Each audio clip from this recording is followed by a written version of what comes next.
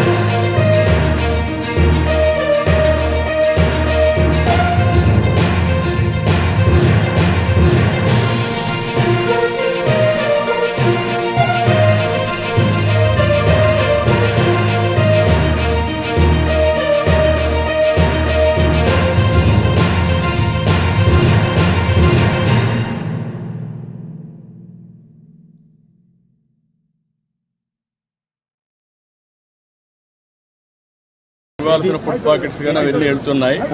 ఇంకా ముమ్మరం చేస్తున్నాం. ట్రాఫిక్ కూడా కంజెషన్ ఉంది, అన్ని రెగ్యులేట్ చేస్తున్నాం. చివరి ప్రాంతానికి కూడా వెళ్లాల్సిన అవసరం ఉంది. కొంతమంది పేషెంట్ కూడా ఉన్నారు, పిల్లలు ఉన్నారు, కొంతమంది ముసలోళ్ళు ఉన్నారు, వాళ్ళు కూడా తీసుకురావాలి. ఎవరు కూడా ప్యానిక్ రియాక్షన్ అవసరం లేదు. అందరూ ఓపిక పట్టండి.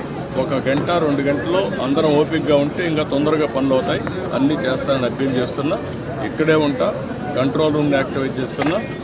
ఎంతవరకు చేయగలుగుతామో అన్నీ చేసి అందరిని ఆదుకుంటాం. 110 పైన బోట్లు పనిచేస్తున్నాయి. అదే మాదిరిగా 4-6 హెలికాప్టర్లు వస్తున్నాయి. ఒక హెలికాప్టర్లో ఫుడ్ పెట్టడం కానీ, లేకుంటే బోట్లో తీసుకుపోవడం కానీ, పేషెంట్లు తీసుకురావడం కానీ ఇవన్నీ జరుగుతున్నాయి. వర్షం కూడా పడతా ఉంది, అయినా కూడా ఎక్కడ ఆపరేషన్స్ ఆపం అన్ని విధాలు. సార్, ప్రకాశం బ్యారేజ్ 69 గేట్ దగ్గర బోట్లు కొట్టుకురావడం ఏమన్నా కుట్రే ఉందా? ఇవన్నీ ఇప్పుడు నేను అవన్నీ మాట్లాడను. ప్రతి ఒక్కదానికి మనం అవన్నీ మాట్లాడడం కరెక్ట్ కాదు. ప్రస్తుతం నా డ్యూటీ ఎట్టి పరిస్థితుల్లో కష్టాల్లో ఉండే ప్రజలను ఆదుకోవడం, వాళ్ళ ప్రాణాలు కాపాడుకోవడం, తక్షణ వాళ్ళకి కొంత సహాయం చేయడం అవసరం. అదే చేస్తాం. మనకు ఓవరాల్గా అక్కడే ఉంది.